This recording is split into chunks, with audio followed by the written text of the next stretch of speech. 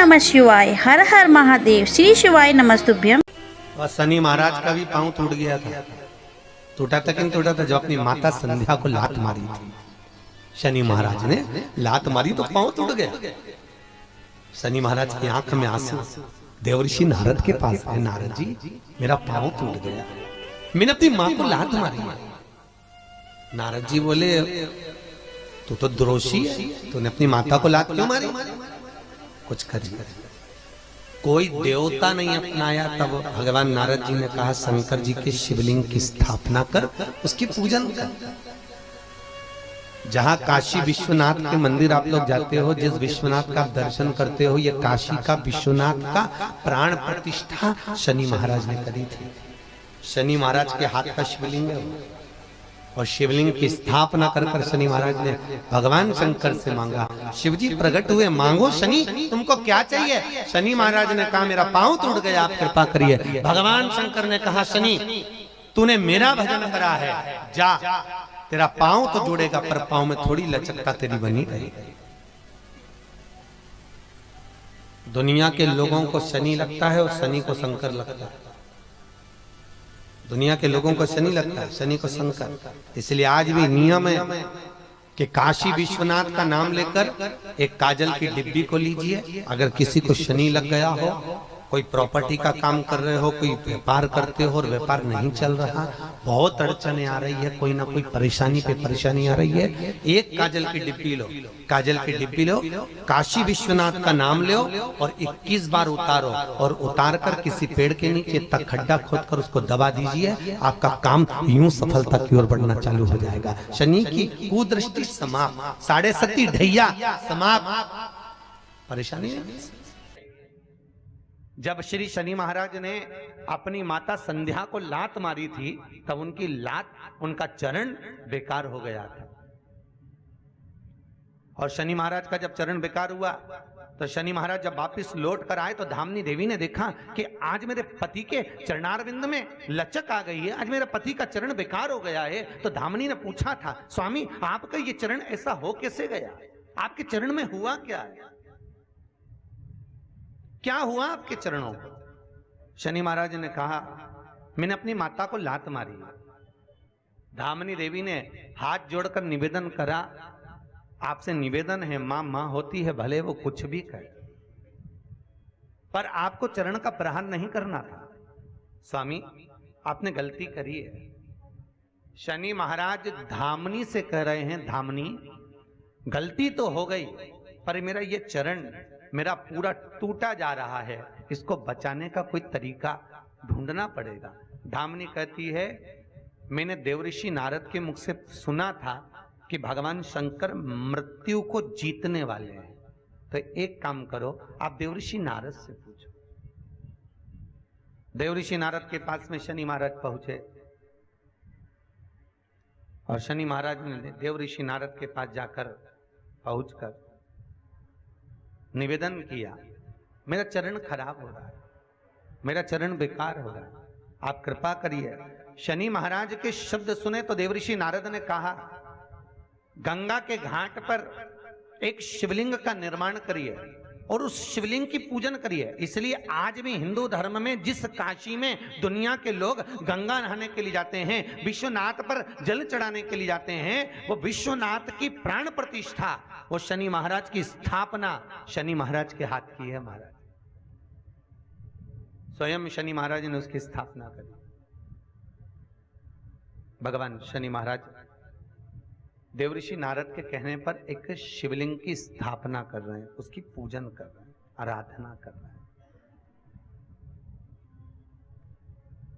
और पूजन आराधना जब करी गई, स्वयं भगवान शंकर प्रकट हुए। बोलो शनि क्या बात है? शनि कहते हैं प्रभु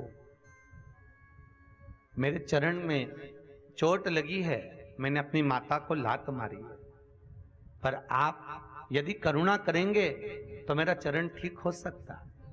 भगवान उसी समय पर तुरंत बोले, भगवान उसी समय पर तुरंत बोले। शिव जी कहते हैं शनि तूने मेरी आराधना करी है, गंगा यहां पर विराजी हुई है, तू गंगा का स्नान कर, गंगा का जल भर कर यदि मुझ पर समर्पित करेगा तो तेरा ये चरण ठीक होगा। आज भी शनि का एक नियम है, अगर किसी के मुख से 5 बार 7 बार काशी काशी काशी काशी निकल जाता है तो उस पर ना तो ढैया ना 7.5 का असर ही नहीं हो पाता है। महाराज, ढैया और 7.5 तो बहुत दूर रह जाते हैं, अगर केवल काशी का संबोधन ही जीव कर ले तो केवल काशी का संबोधन, मात्र काशी निकलने पर इतना सुख का आनंद है महाराज, इतना सुख का।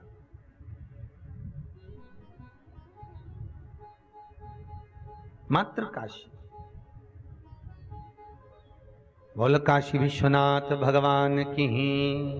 भगवान शिव का नाम निकलना, भगवान शिव का स्मरण निकलना। धामनी कह रही है,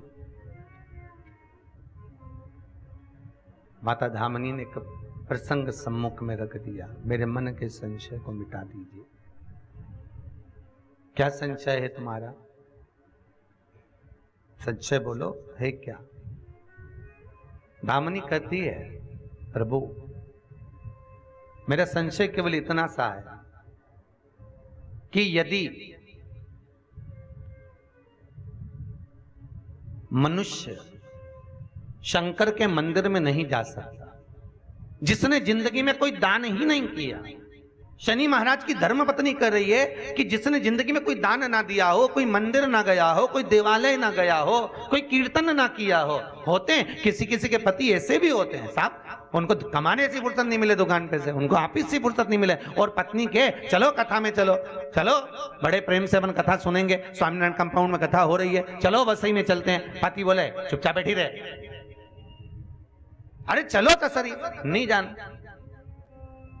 एक माताजी ने आज सुबह एक प्रश्न किया था जहां हम ठहरे वहां पर, कहे गुरुजी नारी को गुरु मंत्र लेना चाहिए कि नहीं लेना चाहिए? बहुत सुंदर प्रश्न है हमारा। धामनी देवी की कथा चल रही है, इसलिए आप लोगों के लिए भी अच्छा है सुनना। नारी को गुरु मंत्र लेना चाहिए कि नहीं लेना चाहिए, ये प्रश्न था उस माता का। आपका क्या कहना है बसई वालों? बोलो जरा जल्दी से, जम के तो बोलो। लेना चाहिए, अच्छा ठीक है। कौन सी पुराण में लिखा है? अरे बोलते जाओ जरा, क्योंकि गर्ग संहिता में, विष्णु पुराण में और पद्म पुराण में, आदि कादिक जगहों पर, यहां तक भागवत में भी वर्णन आता है कि नारी का अगर कोई गुरु है तो वो उसका पति है। कौन है गुरु? अरे बोलो जम के बोलो, उसका पति, ठीक है। तो महाराज वो पति को परमेश्वर माने, पति को गुरु माने, पति के अनुकूल रहे, पति के चरणारविंद का स्मरण करती रहे, पति को गुरुपद मानकर उसको पूज ले। केवल एक वो चलनी में मुंह देखते हैं, कौन सा दिन है? हाँ बस वो दिन से मतलब नहीं कि एक ही दिन तुम बस उसको अपना परमेश्वर मान के चलनी में मुंह देखो और उसका तिलक करो, दिया बत्ती लगाओ।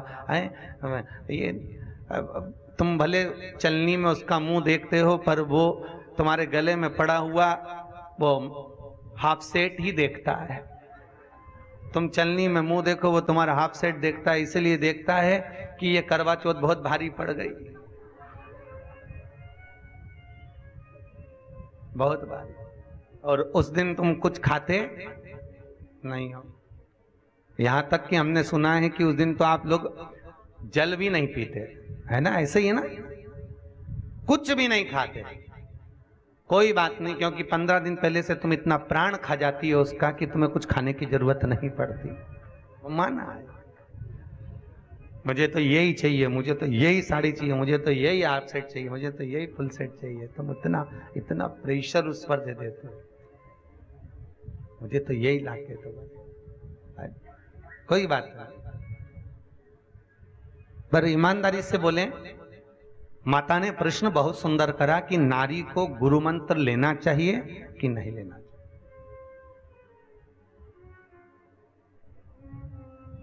पुराणों में इसका वर्णन है कि पति परमेश्वर मानो, पति को गुरु मानो, पति के चरणारविंद का अनुमोदन करो।